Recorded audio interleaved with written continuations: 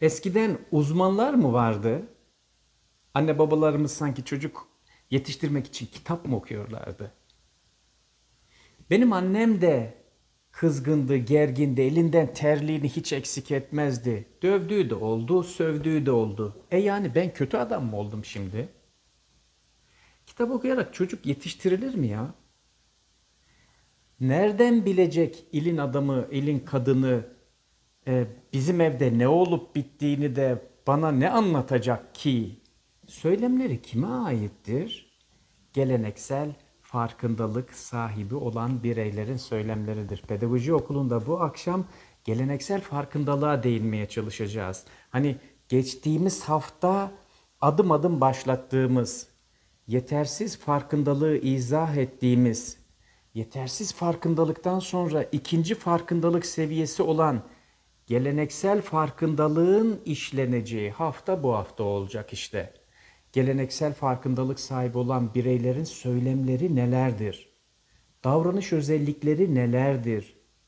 Duygusal yapıları nasıl şekillenmiştir ve böylesi bir bireyle nasıl yaşanılır? Böylesi bir bireyle nasıl evli kalınır? Çocuk yetiştirilir.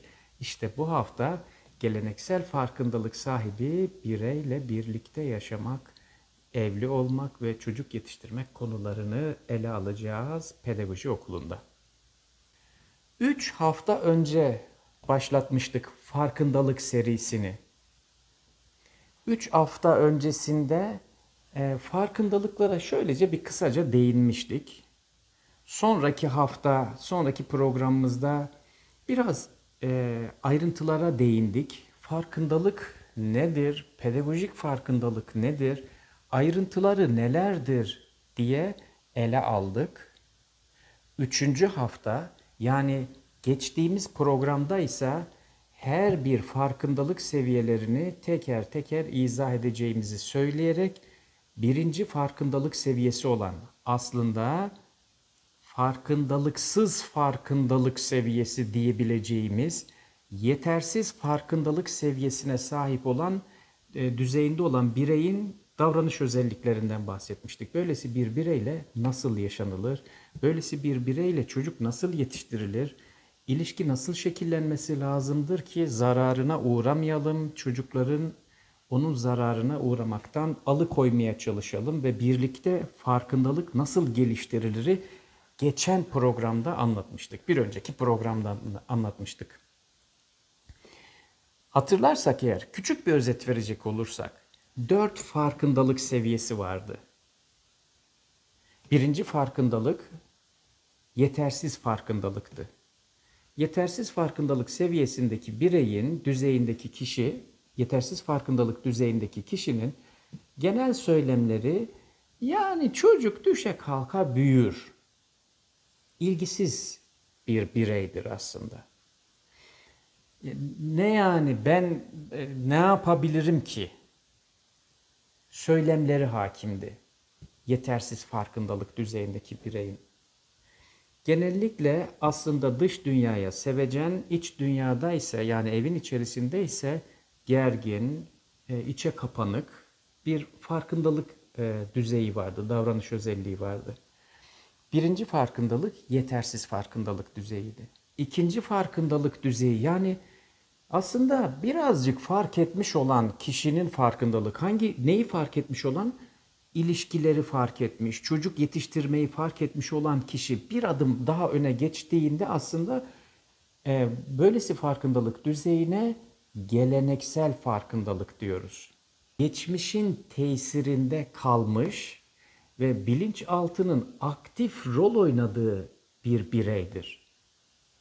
Geçmişin tesirinin devam ettiği ve geçmişin dediğimiz şey ta çocukluktan beri yaşadığı tüm duygular, kendisiyle olan ilişkilerin devam ettiği, ruhunda devam ettiği, iç sesleriyle devam ettiği, zihin kurgusunun anne babasıyla birlikte yaşadığı dönemde şekillenmiş olan ve o kurgunun dışına çıkamadığı, geçmişin tesirinden kurtulamamış olan, geçmişin tesiriyle devam eden ve bilinçaltının aktif rol oynadığı bir bireydir aslında.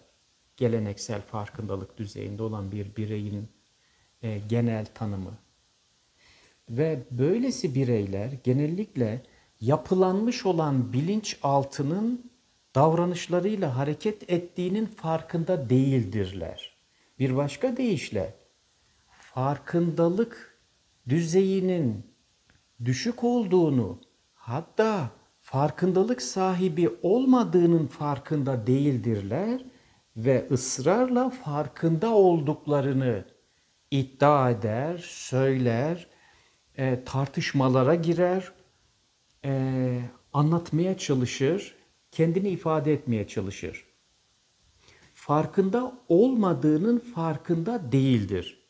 Peki neyi iddia etmeye çalışır? Aslında bilinç altında yapılanmış olan kişiliğini devam ettirmeye çalışır. Nedir bu bilinç altında yapılanmış olan kişiliği? Örneğin kendi anne babasıyla nasıl yaşadıysa, nedir kendi anne babasıyla yaşadığı şey?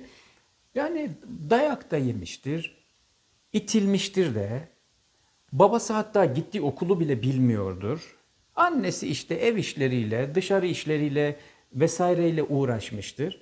Hani çocuk da kimi zaman dövülmüştür, kimi zaman sevilmiştir, kimi zaman hediye alınmıştır.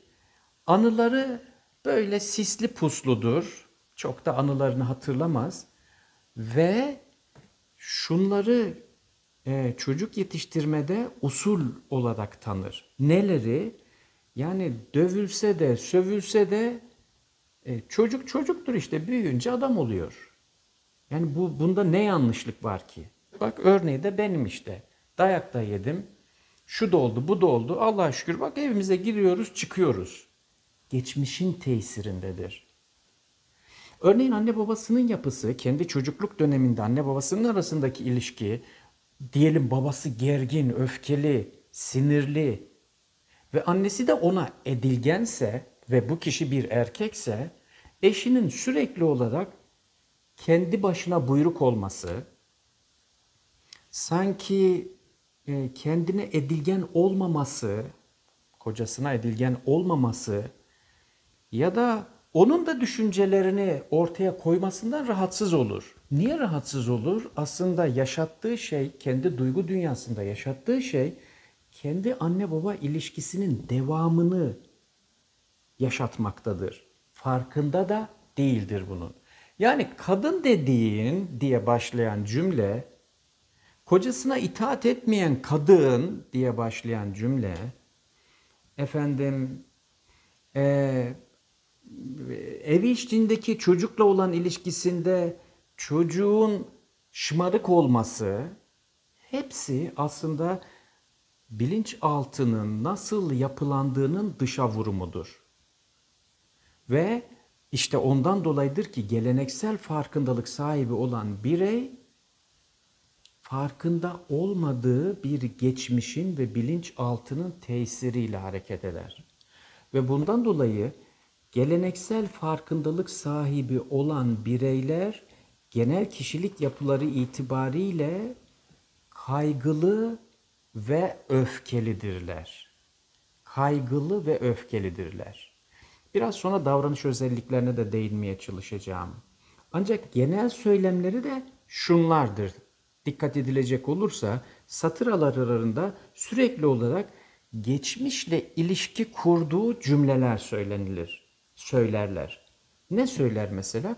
Eskiden uzmanlar mı vardı? Ne yani? Bizim anne babalarımız tarlada da çalıştı, bahçede de çalıştı. Annem 10 tane çocuk yetiştirdi, 5 tane çocuk yetiştirdi. Vallahi hiç de öyle kitap okumadı. Hepimiz de Allah'a şükür okumuş, yazmış adamlarız. Neyi kıyaslıyor? Geçmişin tesirinde kalarak onun uzantısı olmayı, kendisine konfor alanından dışarıya çıkmamayı güvenli alan olarak tanıyor. Yani kişilik yapısını, geleneksel farkındalık sahibi olan kişi, kişilik yapısını öyle sert bir şekilde kurmuştur, kurgulamıştır ki, eğer o kişilik yapısını eleştirecek olmuş olsan, aslında onun annesini eleştirirsin, onun babasını eleştirirsin, onun kültürünü eleştirirsin, onun örf adetini eleştiriyormuşsun gibi sanki tepki gösterir. Yani geleneksel farkındalık sahibi olan birey aslında farkındalığı neredeyse en zor kazanacak olan bireydir. Çünkü orada bir yapı kurmuştur. Nedir? Ya ben işte ataerkil bir aileden geldim. Ondan dolayı işte böyle biz öyle şeyleri sevmeyiz. Bir dakika ya neyi sevmesin? Ne bileyim işte hani böyle kadın böyle karşımda sürekli konuşacak edecek ya da ne bileyim ben mutfağa girecekmişim de şimdilerde öyle söylüyor uzmanlar.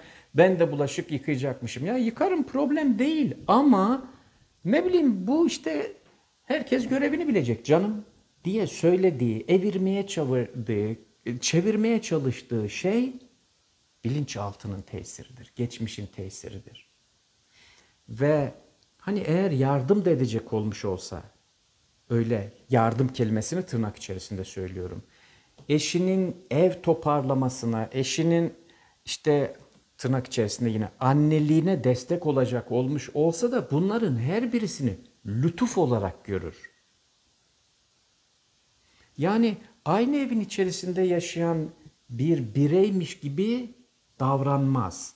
Nasıl yani davranmaz? Ya ortalıkta yemek yendi işte. Hani hep birlikte yemek yedik. Tabaklarımızı kaldıralım. Ya ben eşime yardım etmek için tabakları kaldırıyorum. Bir dakika ya, sen eşine yardım etmek için tabakları kaldırmıyorsun.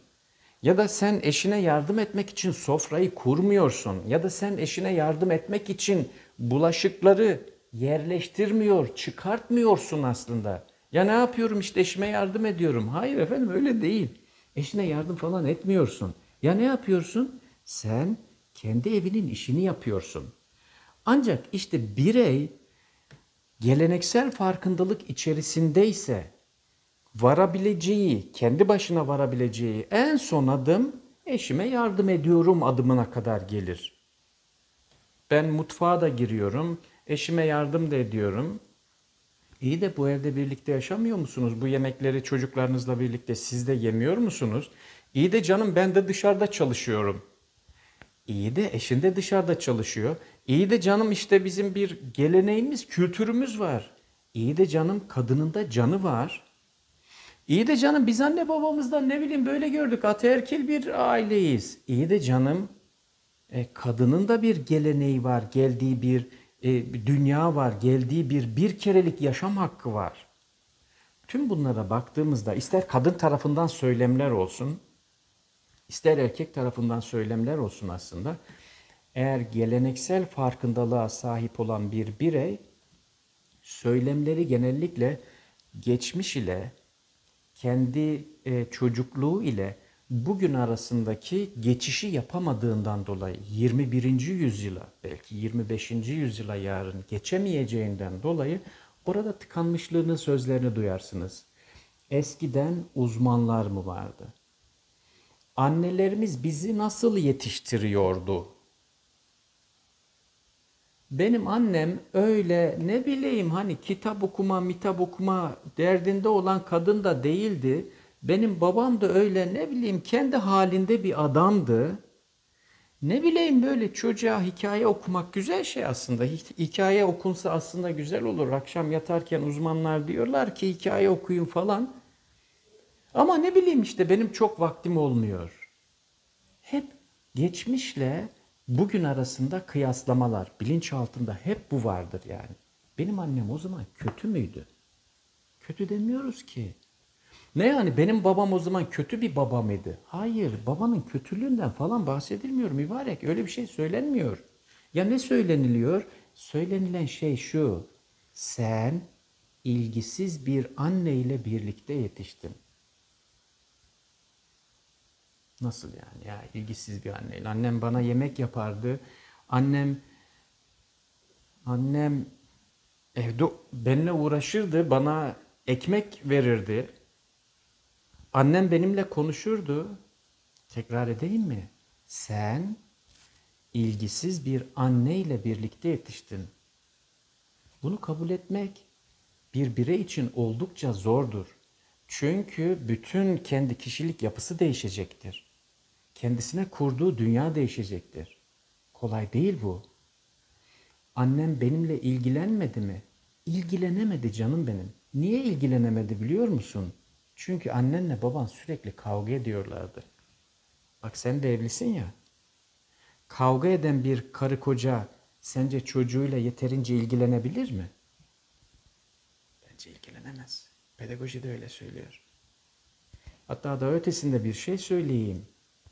İlgilenmek hani gider saçını okşar, elbisesini ütüler vesaire yapar. Bunları ilgilenmek olarak değerlendirme. Pedagoji çünkü çocuğun fiziksel bakımıyla tabii ki ilgileniyor. Ancak çocuğun kişilik gelişimi dediğimiz şey ruhuyla ilgilenmek, duygularıyla ilgilenmenin bir sonucunda gelişiyor kişilik.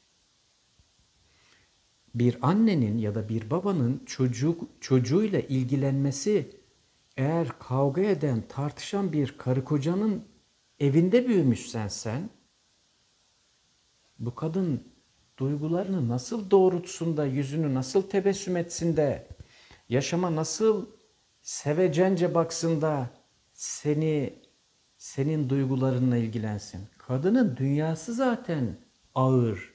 Bak bulaşık yıkarken kendi kendine konuşup duruyor senin annen. Farkında mısın? Bak evleri toparlarken, ortalığı toparlarken sanki birilerine kızgın gibi davranıyor annen. Hadi yanına gidip de anne desene bir, alacağın cevap ne? Çekil başımdan. Hani annen seninle ilgilenmişti? İlgilenemiyordu annen. Neden ilgilenemiyordu? Kendi duygularının ağırlığı içerisinde kalmıştı. Baban da zaten eve gelip gidiyordu ama çocuk yükünü taşıyabilecek bir baba değildi. Tamam baban kucağına atlıyordun, zıplıyordun, itişiyordunuz, kakışıyordunuz. Gel birlikte dürüst olalım. Kaç dakika? Eve girdiğiyle senle ilgilenmeye başlayan bir baba kaç dakika ilgileniyor? Saçını böyle hani okşuyordu, itişiyordunuz, kakışıyordunuz. Belki birçoğumuzun anne babası onu da yapmadı. Hadi onu yaptı diyelim. Ne kadar ilgileniyordu? Kaç dakika ilgileniyordu? Hadi gel dürüst olacağız ya. Bir şey daha kendimize soralım. Dışarıdakilerle ilgilendiği kadar seninle ilgileniyor muydu? Dürüst olalım. Dışarıdakiyle konuştuğu kadar seninle konuşuyor muydu anne baba? İşte burada takılıp kalıyoruz ya, takılıp kaldığımız bu yer bize ne yani ben sevilmeden mi büyüdüm? Ya sevilmeden değil, sevebildiği kadar sevdi seni ancak senin ihtiyacın giderilmedi. Sen sevilerek, sevilmeye değer olduğunu hissederek büyümedin. O yüzden var ya, işte şimdi çocuklarına temas edemiyor olduğun yer o yüzden. Geleneksel farkındalık sahibi olan kişiler geçmişle ilgili kısmı sanki örnek bir modelmiş ve kendisi de o örneğin içerisinde başarılı olmuş. Ne yani? Bak diye örnek göstererek aslında bu modeli devam ettirmek, o yapıyı devam ettirmek adına çocuklarına zarar verdiklerinin farkında değildirler. O yüzden siz ona ne kadar da bak kitapta şöyle bir şey yazıyor demiş olsanız da ya yazıyor işte kitaplar öyle de yazıyor böyle de yazıyor. Direndiği şey ne? Yani benim annem o zaman benimle duygusal teması olmadı mı? Olmadı kısmı ona ağır geleceği için yeniliğe, daha doğrusu farkındalığa kapalıdır. Geleneksel farkındalık sahibi olan bireyler işte o yüzden en zor farkındalık kazanan bireylerdir. Ve böylesi bireyler çok defa biraz sonra özelliklerinden daha bahsedecek olduğumda göreceksiniz. Genellikle başarılar da kazanmışlardır. Yani işte kendi tırnaklarıyla kazandım geldim ben buraya diye mesela söylem söylerler. Bak eğer anne babam olmasaydı, beni dövmeseydi, sövmeseydi, babam bir kere beni yatırdı. Elinde sopayla döve, döve, döve. Niye dövdü biliyor musun? Küçücük bir yerden haram lokma alıyordum. Falan oldu, filan oldu. Babam dedi ki haram yenir mi lan dedi. Bana bir vurdu. Ben bir gün sigara içiyordum. Lan dedi bana bir vurdu. Bir gün bir tane kızla gördü, oğlanla gördü. Lan dedi bana bir vurdu. Bir gün babamın yanına çıkacağım. Neredeyse tir tir titriyorum. Biz babamızdan böyle gördük. Canım. Dan dolayı işte sen çocuklarınla duygusal temasa geçemiyorsun. Ve onu, o hikayeni doğru zannettiğin için bir sahte benlik geliştirmiş, bir kişilik geliştirmiş, onun tesirinden kurtulamıyorsun. Geleneksel farkındalık sahibi olan birey farkında olmadığının farkında değildir ve genellikle farkında olduğunu zannederek her sözünüze bir karşılık vermeye çalışır. Verdiği her bir karşılık da aslında sizin söyleyeceğiniz söze vereceği her bir karşılık da kendi bilinç altında kendisiyle ilgili kurduğu kişilik yapısının korunmasına yöneliktir. Eğer bir kabul edecek olsa, neyi kabul edecek olmuş olsa, sen kocalık yapamıyorsun biliyor musun? Bu ne demek biliyor musun? Babam da mı kocalık yapamadı anneme? Yapamadı. Eziyet etti baban. Sen eşlik yapamıyorsun biliyor musun eşine? Neden? İşte her şey normal. Niye eşlik edemiyormuşum? Elimden gelen her şeyi yapıyorum. Hayır, eşinin duygularına temas edemiyorsun. Oturamıyorsun, kalkamıyorsun, çocuklarına temas edemiyorsun. Geleneksel farkındalık sahibi olan bireyler işte bundan dolayıdır ki öğrenmeye kapalıdırlar. Kitap okuyarak mı çocuk yetiştireceğiz? İlin uzmanı ne bilecek ki? Elin uzmanı ne bilecek ki? Yani 2 dakika içinde ne anlatacağız da bize ne anlatacak yani bize? Senin şu hareketlerin yüzünden ben sinirliyim. Senin şu davranışlarına gıcık oluyorum ben. Ya evin içerisine geliyorum, ev darmadağın. Uzman ne diyecek? Yani sana ne diyecek, bana ne diyecek? Evinizi topla diyecek. Öyle demeyecek işte uzman. Diyecek ki senin gerilimin sebebi karın değil diyecek. Sen sinirleniyorsun ya hani çocukların dağıttığı şeyleri ayağını bastığın zaman birdenbire kaldırıyorsun, sağa sola atıyorsun, geriliyorsun, patlıyorsun ya. Sen zannediyorsun ki evin içi dağınık da onun için sinirlendiğini zannediyorsun ya. Hayır, tahammülün bitmiş. Sen geçmişin tesirindesin. Geçmişte hassaslaşmış olan, geçmişte yaşadıkların anne babayla birlikte bir bağırıltı, çağrıltı evinden çıktığından dolayı, hassas olduğun yanından dolayı, şimdi çocukların sana anne dese geriliyorsun, baba dese geriliyorsun, elinden çocuk bir şey düşürmüş, kırmış olsa Allah canını almasın diyorsun. Ayağın bir şey batmış olsa, çocukların bir şeyi kırılmış olsa, evde işler yolunda gitmemiş olsa patlıyorsun ve bunun da diyorsun ya, ya şu evde bir düzen olmaz mı, ya şu evde bir tertip olmaz mı diye söylüyorsun ya. Çünkü sen hassaslaşmış bir duyguyla yaşamaya çalışıyorsun. İşte bu yüzden geleneksel farkındalık sahibi olan bireyler kendilerinin farkında olmadığının farkında değildirler. Öğrenmeye kapalıdırlar. Kitap okuyarak mı çocuk yetiştirilir? Ben ev sahibi olacağım diye düşünürler. Herkes yanlış da bir tek sen mi doğrusun diye eleştirirler.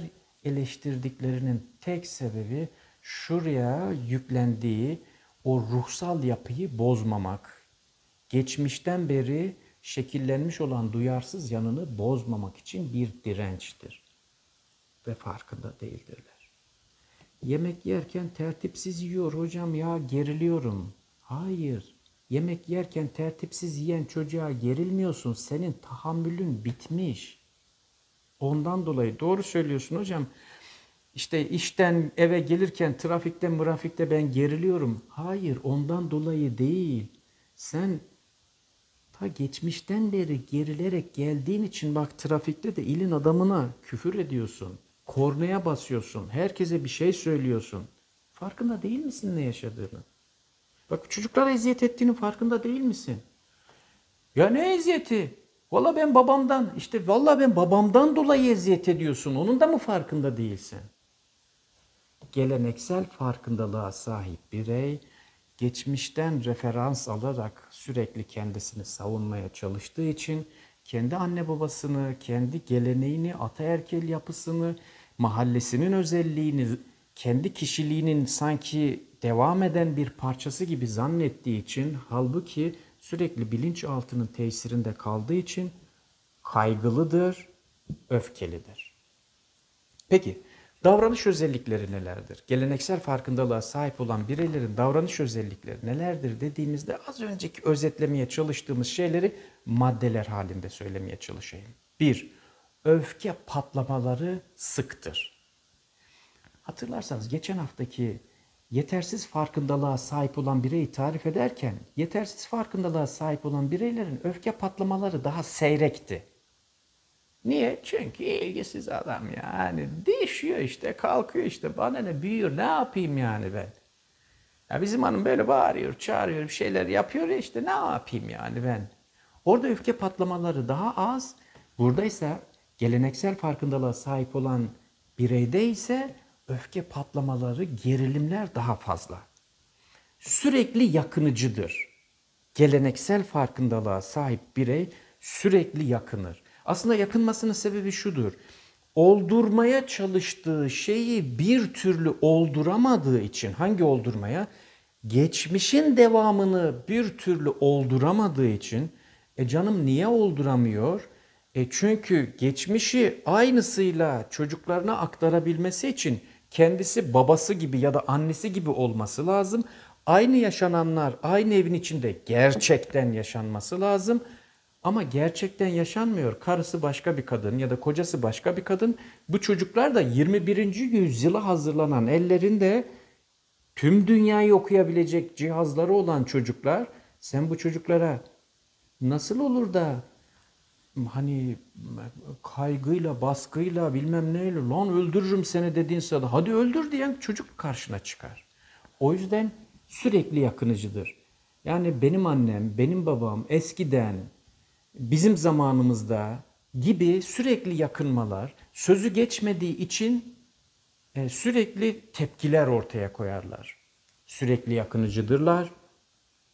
Üçüncü davranış özellikleri ise bedduacıdırlar.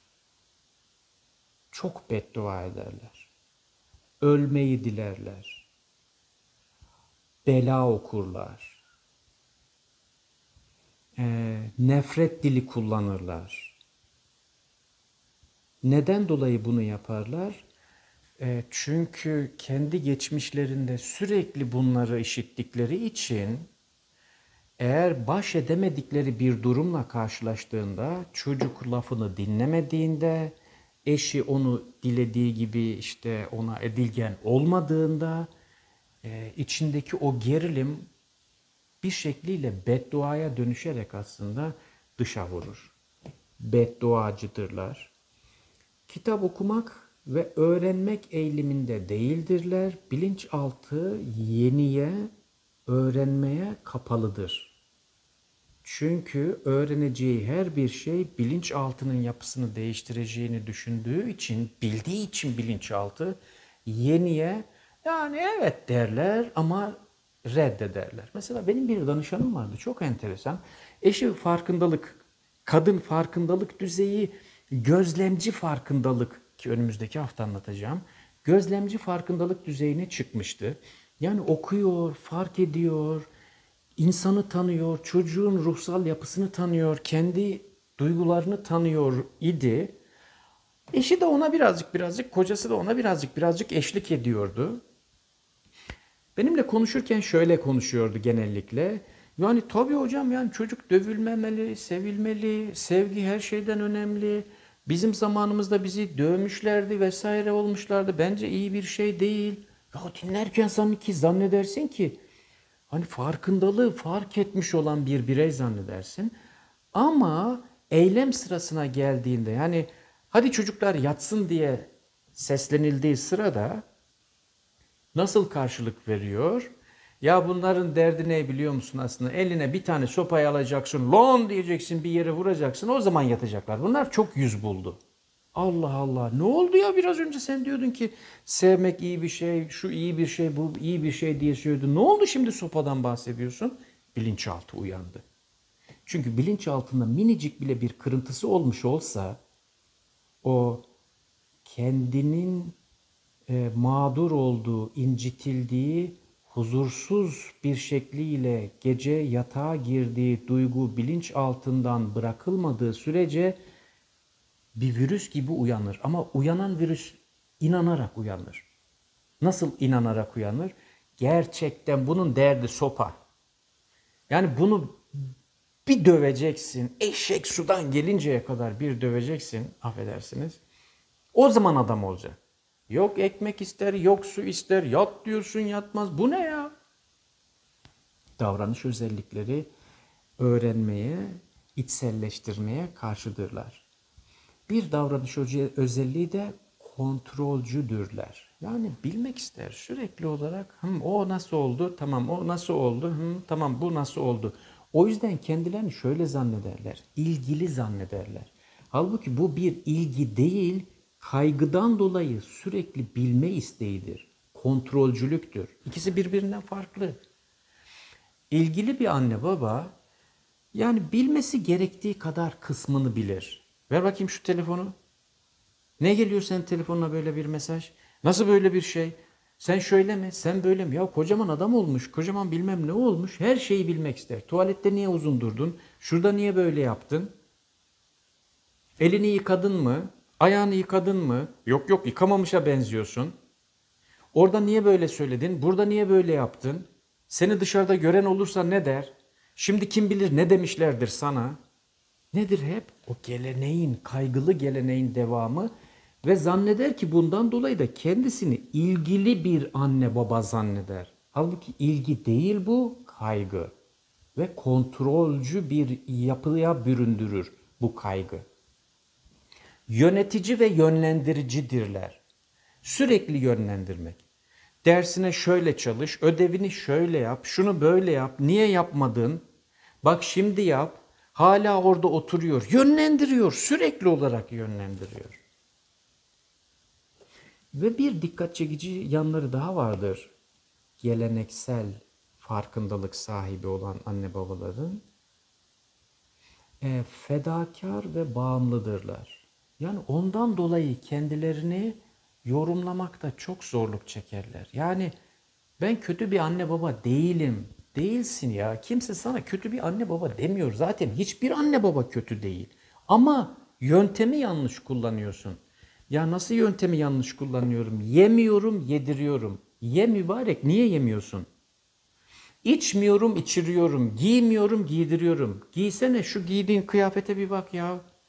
Bak bir kız çocuğu babasısın senin, şu giydiğin kıyafete bir bak. Kızın seninle birlikte yarın 18 yaşına geldiğinde böyle dolaşmak istemez ki. Şu giydiğin ayakkabıya bir baksana. Ne yapayım hocam, çocuklar giysin. Ya bırak bu boyun bükmeyi. Güzel bir ayakkabı giy ya. Güzel bir kızın var bak senin. Bak dışarıya çıkıyor, arkadaşlarıyla gülüşüyor, oynaşıyor. Oğluna bak ya, filinta gibi oğlun var senin. Şu giydiğin kıyafete bak ya.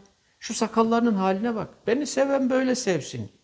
Ya bırak bu arabesk türküleri dinlemeyi. Beni seven böyle sevsin ne demek ya? Bu çocuk 21. yüzyılın çocuğu. Dikkat et. Bu çocuğun yanında bulunacaksan eğer, yemedim yedirdim, giymedim giydim, uyumadım uyuttum, bilmem ne yapmadım ne yaptım. Annelik yapsaydın, babalık yapsaydın, niye yemedin yedirdin? Yemeğe ihtiyacın vardı, giymeye ihtiyacın vardı. Senin güzel görünmeye ihtiyacın vardı. Senin sosyalleşen çocuğuna, sosyal ortamlarda anne babasının iyi görünmeye ihtiyacı vardı. Bunları yerine getirmediğini söylüyor. İyi bir şey mi yaptın sen? İşte ondan dolayı geleneksel farkındalık sahibi olan bireyler kendilerinin iyi anne baba olduğunu, tabii ki iyi anne baba, O yüzden eleştirilmesinin haksızlık olduğunu düşündükleri şey nedir? Nereden yola çıkarlar? Fedakardırlar ve bağımlıdırlar. Ölürler. Bir gün ayrı kalsa çocuklarından ölür. 2 gün çocuklarından ayrı kalsa kalbi yerinden çıkacak gibi olur. Çocuğu bir kızla, bir oğlanla konuşacak olmuş olsa elinden gidiyor gibi olur. Mesela benim danışanlarım var. Çocuk 20 yaşına, 25 yaşına gelmiş, evlenecek. Evde dayanamıyor. Dudakları şişiyor. Kızını gönderecek ya. Oğlan kızı alıp gidecek ya. Ondan dolayı şişiyor, dudakları şişiyor. Bırakıp gidecek diye. Kız görümcesine yakınlık kuruyor ya. Annenin kalbi daralıyor. Görümcesine yakınlık görüyor. Evlenip gidecek. Kayınvalidesine anne diye sesleniyor ya. Ertesi gün annesi kızının yüzüne bakmıyor. İçi daralıyor çünkü bırakıp gidecek diye. Bağımlılık derecesinde bir fedakarlıkları vardır ve bundan dolayı da kendilerinin eleştirilmesinin haksızlık olduğunu düşünürler. Ve böylesi kişiler, geleneksel farkındalık sahibi olan kişiler sürekli bir uğraş halindedirler. Evlerine girmiş olsanız 1 dakika yerinde durmazlar. Eğer bir geleneksel farkındalık sahibi olan bireyi görmek istiyorsanız girin, bir arkadaşınızın yanına gidin, oturun, 2 dakika ayakta durmadığını, 2 dakika oturmadığını göreceksiniz. Onu temizler, onu kaldırır, bunu indirir. Bir şey yer misin, bir şey içer misin? Ya mübarek bir otur ya, ben bunları dışarıda da yerim, içerim. Şöyle 2 dakika seninle bir konuşmaya geldim. Ay. Vay. Sürekli bir uğraş halindedirler. Çalışkan görünümlü oldukları için de eleştirilmeye kapalıdırlar. Ve bundan dolayı da sürekli çocuklarıyla ilgili yakınıcıdırlar. Eşleriyle ilgili iş yapmıyor, güç yapmıyor, ders yapmıyor diye de yakınıcıdırlar. Sürekli bir uğraş halindedirler. Ve bundan dolayı da başarılıdırlar. Ama bu başarı kaygılı bir başarı olduğu için gerçek bir başarı, erdemli bir başarı sayılmaz. Bu davranış özellikleriydi. Kimin? Geleneksel farkındalık sahibi bireylerin davranış özellikleri. Az önceki saydıklarımsa söylemleriydi. Peki duygusal yapıları nasıldı? Kısaca ondan da nasıldır? Duygusal yapıları nasıldır? Kısaca ondan da bahsetmeye çalışayım. Duygusal yapıları bilinçaltının etkisindedirler. Geçmişin tesirindedirler. Olayları geçmişleriyle birlikte okurlar. Ben bir beyefendiyle konuştum. O şöyle bir şey söyledi. Oğlunun bacak üstüne atıyor olduğunu gördüğünde elindeki kitabı kaldırmış, çocuğun kafasına fırlatmış. Saygısız herif diye. Ya hocam bak, biz çok yüz verdik. Vallahi bu pedagoji, psikoloji işlerin içerisine girdik. Ya bunlar bizim babamız oldu, anne babamız oldu, ki böyle söylemler de var. Hani çocuğa tapınmak bilmem ne falan diye de söylemler de var aslında bir taraftan. Çocuğa özgürlük vermeyi, çocuğa kendilik alanı tanımayı, yeni yüzyıla hazırlamayı, bir anne babanın rehberliğinde çocuğun yaşayacağı yüzyıla çocuğu hazırlamayı ve bundan dolayı biraz genişlemeyi, çocuğunun bacak üstüne atmasını öğretmeyi. Öğretilir mi çocuğa bacak üstüne atılmak? Tabii ki öğretilir ya. Sen olmadığın zaman, o bir yerin yöneticisi ise, o bir arkadaşıyla otururken ne güzel de atıyor, bak bacak üstüne atıyor. Gelecek yüzyıl böyle bacak üstüne atacak, dans edecek, keyif de alacak.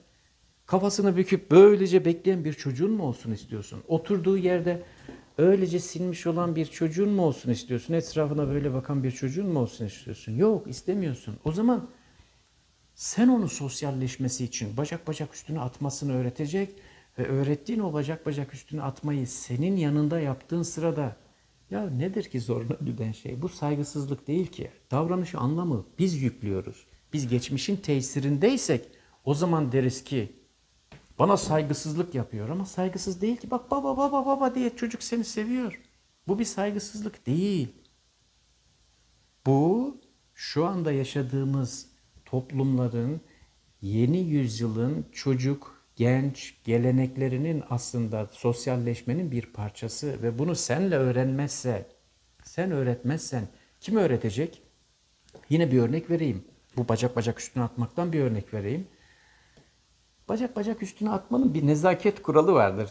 Hiç bilmiyorum hani nezaket kitaplarından şöylece bir göz gezdirdiniz mi? Ne demek nezaket kitapları? Hani sosyal çevreler içerisinde nasıl davranacağımızın aslında bir geleneklerinin anlatıldığı kitaplar var. Hiç denk gelmediyseniz aslında mutlaka bir okumanızı, bir iki tanesini gözden geçirmenizi tavsiye ederim. Bunun içerisinde çatal kaşık kullanmaktan tutun da işte yemeğin hangi sıraya göre yenmesine kadar birçok şey anlatılır. Çorba kasesini tepeye dikerek bir bir lokanta ortamında, bir restoran ortamında, bir işte bir iş yemeğinde dikilebilir mi, içilebilir mi, içilmez mi anlatılan böyle kitaplar var. Nezaket kurallarının anlatıldığı kitaplar. Aslında o kitaplarda şöyle bir göz gezdirmeye ihtiyaç var. Onun içerisinde şunu göreceksiniz. Bacak bacak üstüne atmaktan bahsediyordum ya. Bacak bacak üstüne atmak, hani bacağın şu kavisli kırılmış olan yanını diğer dizin üstüne, bacağın kırılmış olan yanını diğer dizin üstüne konularak aslında yapılan bir eylem. Ve öyle olduğu zaman kişi hem rahatlıyor hem de şık görünüyor. Ama şöyle yapıldığı zaman işte bu bir karşı tarafa verilen olumsuz bir mesaja dönüşüyor. Neyle yapıldığı zaman dizini çocuk bacağının kırılan yanını değil de dizini baldırının üzerine koyar. Ayağı da böyle karşı tarafa doğru dönük sanki üçgen yapmış gibi bir oturuş sergilerse işte bu oturuş karşı tarafa olumsuz bir mesaj veriyor. Her toplumda bu böyle. İster Afrika'ya gidin, ister Amerika'ya gidin, ister Türkiye'de olun. Neden bir olumsuz mesaj veriyor? Şundan dolayı bilinçaltları, insan doğası şöyle algılıyor. Ayağının altı örneğin sakız yapışmış. Yolda giderken bir kuş pisliğine basılmış. Sen ayağının altını, ayakkabının altını böylece ortaya koyduğun sırada aslında ayağının altındaki hani kir, pas vesaire görünüyor.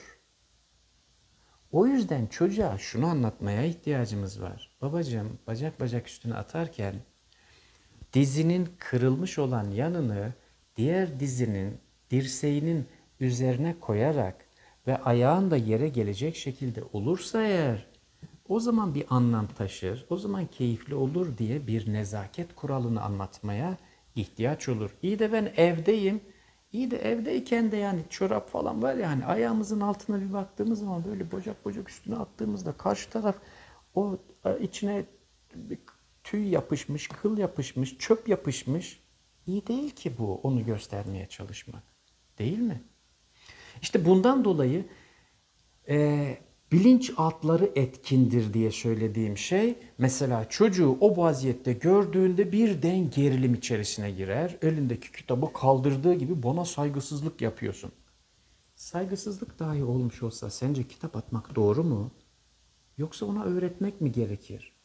Ona öğretecek olan kişi sensin baba olarak. Bacak bacak üstüne atmayı da, yürümeyi de, konuşurken sakin olmayı da, gerilimini nasıl bırakacağını da öğreten sen olacaksın. Tekrar başa dönelim. Geleneksel farkındalık sahibi olan bireylerin duygusal yapıları bir bilinçaltının tesirindedir ve bundan dolayı sıklıkla patlamalar yaşar. Aktarımlar hakimdir. Ne demek aktarımlar? Anne babasının duygularını sürekli yaşarlar. Yürüyüş şekillerine dikkat edin, babası gibi yürürler. Neden? Çünkü o ruhsal yapı öyle yürüttürür. Annesi gibi iniler mesela, kadınsa, erkekse. Annesi gibi. Of, bu ne ya? Gencecik adamsın, gencecik kadınsın. Bu ne? Of. Aktarımlar hakimdir. Hastalıklar özellikle. çaresizlikler özellikle, umutsuzluklar özellikle negatif duygulardır tüm bunlar. Dikkat ederseniz anne babası gibi reaksiyon verir zorluklar karşısında. Bağırması, kavgası, ağlaması, kendini ifade etmeye. Mesela bir işte yoruldu diyelim değil mi? 2 tane poşet taşıdı ve yoruldu. Nasıl davranır? Oh, çok yoruldum. Ya 2 tane poşet taşıdın. Taşıyamaz çünkü geçmişin tesirindedir. Kendi yetiştiği duyguların tesirindedir. Aktarımlar hakimdir ikinci özellik olarak. Kaygılıdır diye söyledik zaten bütün yayın boyunca. Kaygılıdır. Kaygılarından dolayı hoplama, zıplama, düşersin. Yapma, etme, çatma. Ben sana demedim mi, ben sana yapmadım mı davranışlarını sergiler sürekli olarak. Kaygılı kişilik özelliğine sahiptir. Zorlantıları vardır. Zorlantı dediğimiz şey yapmaya zorlanmak değil, yapamamak değil. Yapmak zorunda hissetmek, yani bağırmak zorunda hissetmek, konuşmak zorunda hissetmek, söylenmek zorunda hissetmek, beddua etmek zorunda hissetmek ve bunu yapmazsa çatlar neredeyse, tutamaz kendisini. Buna zorlantı diyoruz. Bilinçaltı bir davranışa zorluyor. Zorlantıların tesirindedir. Bir parantez açayım izniniz olursa burada. Eğer okumadıysanız Kendini Affet kitabını lütfen okumanızı tavsiye ederim. Kendini Affet kitabının içerisinde zorlantılardan bahsediliyor. 3 tane temel konu var. İç ses, direnç ve zorlantı. Kendini Affet kitabının içerisindeki bu 3 konuyu eğer şöyle başlı başına bir okuyacak olursanız şimdi anladım dersiniz. Şu andaki söylediğim daha da anlaşılmış olacak. Genellikle değersizlik duygusuna sahiptirler. Geleneksel farkındalık sahibi diyor. Yo vallahi bakıyorum bütün özellikler tutuyor da şu özelliği tutmuyor. Değersiz değil. Mesela ben eşime bakıyorum kendini bir şey zannediyor. Kendini bir şey zannetmesi işte değersizlik duygusunun sonucunda oluşan davranıştır. Kendini sanki biliyor zannetmesi, kendisinin iş yerine hakim zannetmesi, kendisinin bunu olduğunu zannetmesi, baktığın zaman sanki vay be dedirttirecek, vallahi hiç de öyle değersiz gibi hissetmiyorum, hissettiğini düşünmüyorum dediğiniz şey var ya aslında. Değersizlik duygusuna düşmemek için kişi kendisini kibirli bir yükseliş içerisinde hisseder. Kimsenin malına, kimsenin şeyine muhtaç olmamak, şu duruma düşmemek, vallahi benim her şeyim var diyebilmek mesela değersizlik duygularının hep sonucunda oluşan şeydir.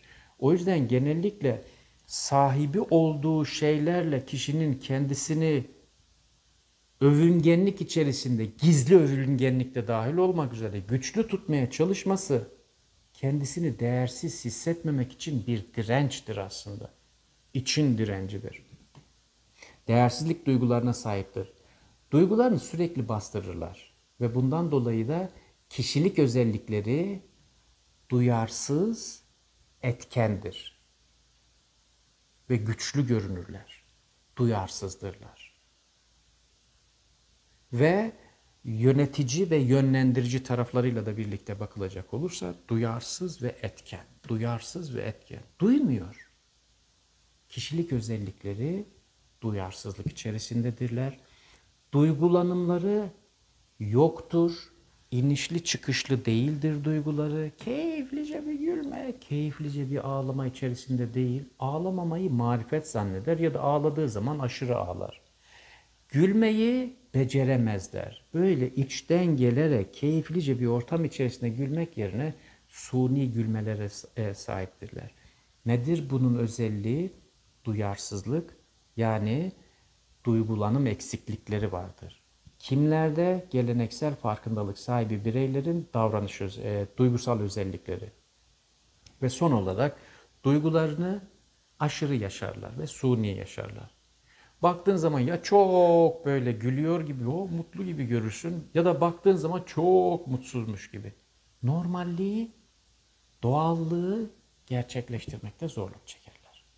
Son olarak Çözüm. Peki fark ettim ki ben geleneksel farkındalık sahibi bir anneyim ya da eşim geleneksel farkındalık sahibi bir eşim var. Peki ben nasıl yaşayacağım? Nasıl birlikte olacağım? Nasıl davranacağım? Onun farkındalığını bir çıt daha yukarıya çıkartabilmek için neler yapmam lazım sorusuna cevap ise şuralarda gelecek. 1. Duyarsız etken, yani geleneksel farkındalık sahibi olan bir kişiye duyarsızca davranılmaz. Duyarsızca davrandığınız sırada sanki derisi kalınlaşır gibi, kalbi katılaşır gibi daha çok duyarsızlaşır. O yüzden ona karşı küsmek, tepki göstermek, sırt dönmek, ilgilenmemek onun sanki nasırını büyütür. Onun derisini kalınlaşır. Zırhın üstüne zırh giymeye başlar. Umruna bile gelmez. Yıllarca siz ona küsseniz bir gün dönüp de ne oluyor demez. Çünkü acıya karşı yabancılıkları vardır. O yüzden geleneksel farkındalık sahibi olan kişilerin duyarsız yanlarıyla ilgilenebilmek için 1. Duygusal yakın ol. 2. Duygusal yakınlığı tensel temas yakınlığıyla da destekle. Tensel teması artır. 2. Tensel teması artır. Neden? Tensel temas var. Onu ayrıca bir başlık halinde incelemeyi çok istiyorum aslında. Duyabilmesi için bir kişinin tensel temas mutlaka olması lazım. Bakın şöyle kolunuza bir dokunun.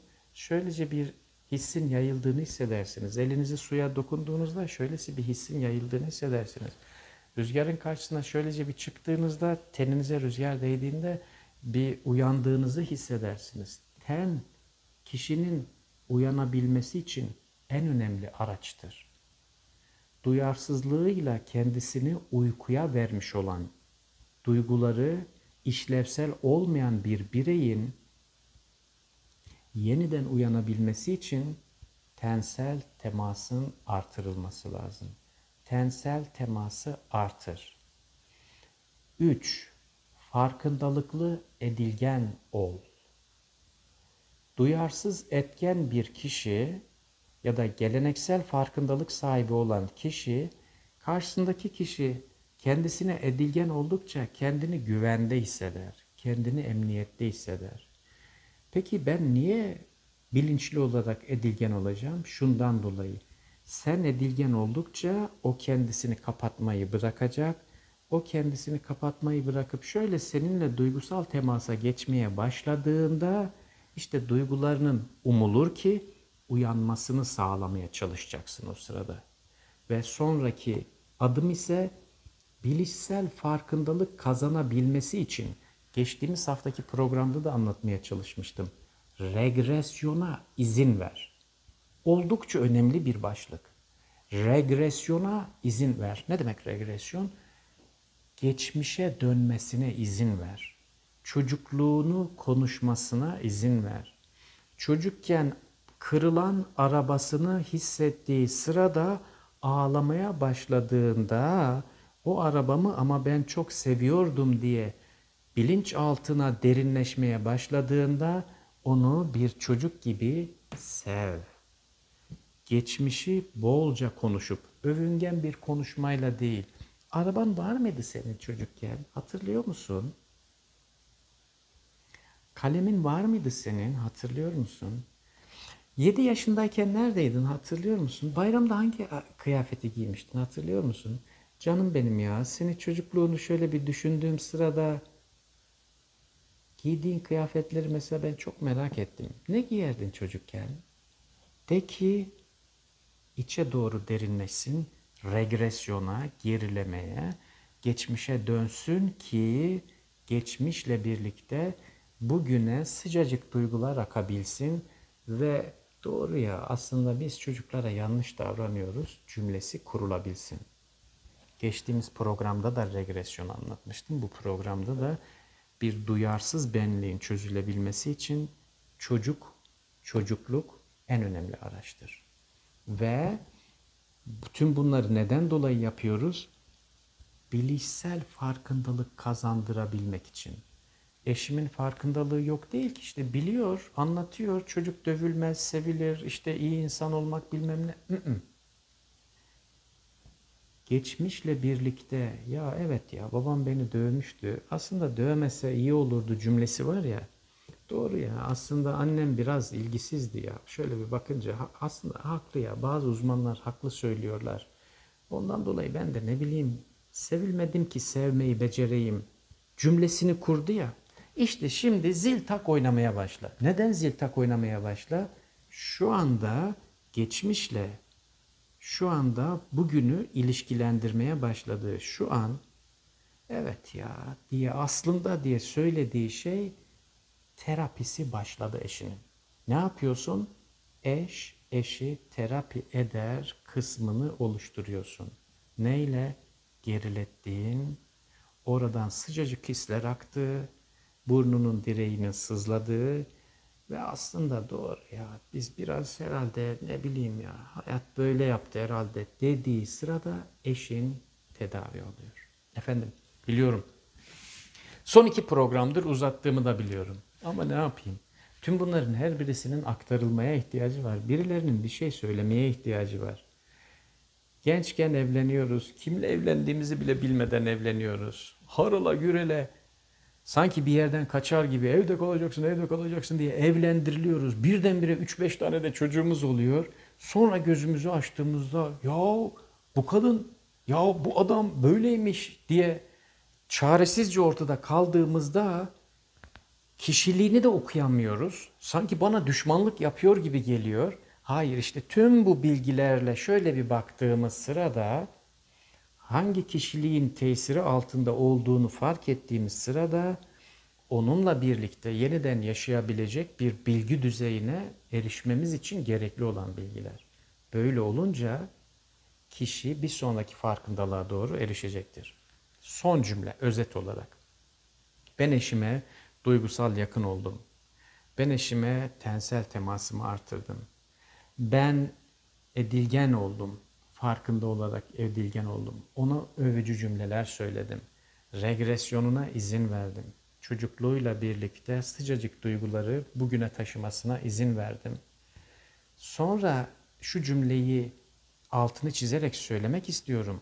Tüm bunları neden dolayı yapıyoruz biliyor musunuz? Bilişsel farkındalığa erişebilmesi için. Bilişsel farkındalığa.